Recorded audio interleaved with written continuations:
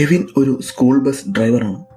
വളരെ തുച്ഛമായ വരുമാനം കൊണ്ടാണ് അമ്മയും കെവിനും മകനും ജീവിക്കുന്നത്. കെവിന്റെ മകൻ ഒരിക്കലും അവനെ അനുസരിച്ചിരുന്നില്ല. അവർ തമ്മിൽ ദിവസവും വഴക്കായിരുന്നു.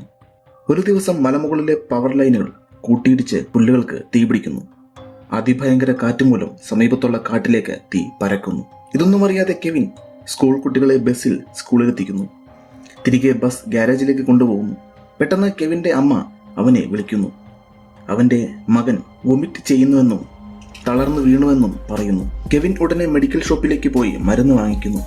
തീ അതിവേഗം പരക്കുന്നു. സമീപത്തുള്ള സ്കൂളിനടുത്തേക്ക് എത്തുന്നു. അവിടെയുള്ള 22 കുട്ടികളെ സുരക്ഷിതമായി മാറ്റാനായി സ്കൂളിൽ നിന്ന് ബസ് ഡ്രൈവറിന് കോൾ പോകുന്നു. പക്ഷേ ആരും അറ്റൻഡ് ചെയ്യുന്നില്ല. മകന്റെ അടുത്തേക്ക് പോയിക്കൊണ്ടിരുന്ന കെവിൻ പക്ഷേ ആ കോൾ എടുക്കുന്നു.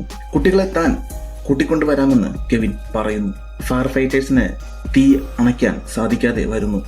അതിവേഗം തീ പരക്കുന്നു. കെവിൻ പെട്ടെന്ന് സ്കൂളിലേക്ക് എത്തുന്നു. കുട്ടികളെ കയറ്റി സുരക്ഷിതമായ സ്ഥാനത്തേക്ക് വണ്ടി എടുക്കുന്നു. പോകുന്ന വഴി ഭയങ്കരമായ റോഡ് ബ്ലോക്ക് ഉണ്ടാകുന്നു. അവർക്ക് പോകാൻ സാധിക്കുന്നില്ല.